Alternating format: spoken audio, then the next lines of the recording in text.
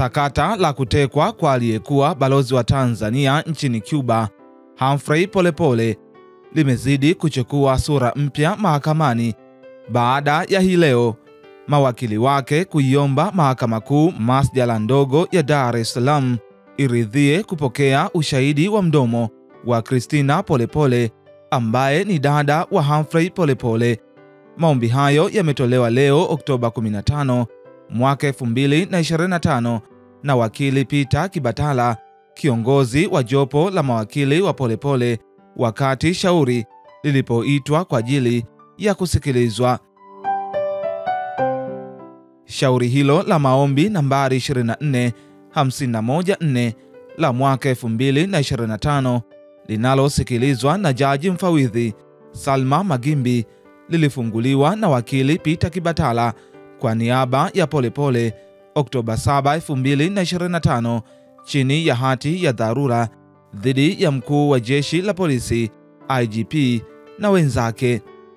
Wajibu maombi wengine kwa mfuatano ni mkurugenzi wa mashtaka DPP, mwanasheria mkuu wa serikali AG, mkuu wa upelelezi wa kanda maalum ya Dar es Salaam ZCO, na kamanda wa polisi kanda maalum ya Dar es Salaam ZPC. Katika taarifa iliyochapishwa na gazeti la Mwananchi kupitia tovuti yake, imesema kuwa wakati shauri hilo lilipotajwa, Kibatala akishirikiana na mawakili Faraji Mangula na Gloria Ulomi ameieleza mahakama kuwa leo asubuhi amepata taarifa kutoka kwa Christina, dada wa Humphrey Polepole, ambazo ni muhimu kwa mahakama kuzifanyia kazi.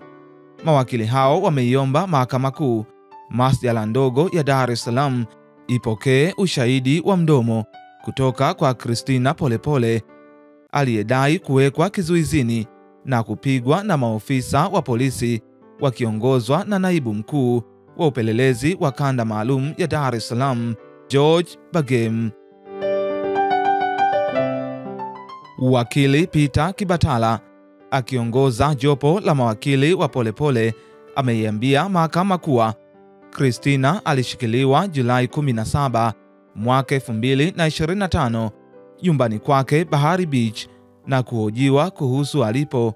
Kaka yake ameeleza kuwa ushahidi huo una umuhimu mkubwa katika kuisaidia mahakama kupata ukweli kuhusu mahala alipo na watu wanaomshikilia.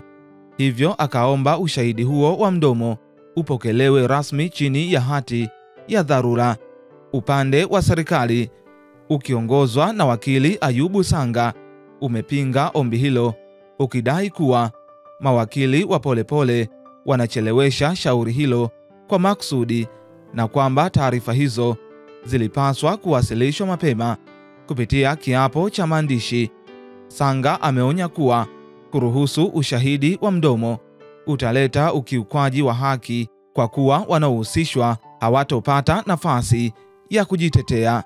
Jaji Salma Magimbi anayesikiliza shauri hilo amesema mahakama itatoa uamuzi kuhusu ombi hilo baada ya kusikiliza hoja za pande zote.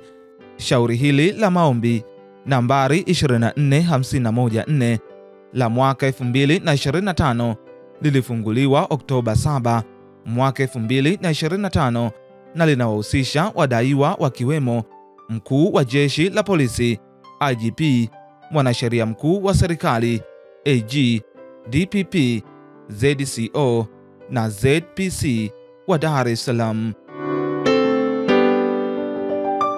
Endelea kuifuatilia BMTV Tanzania.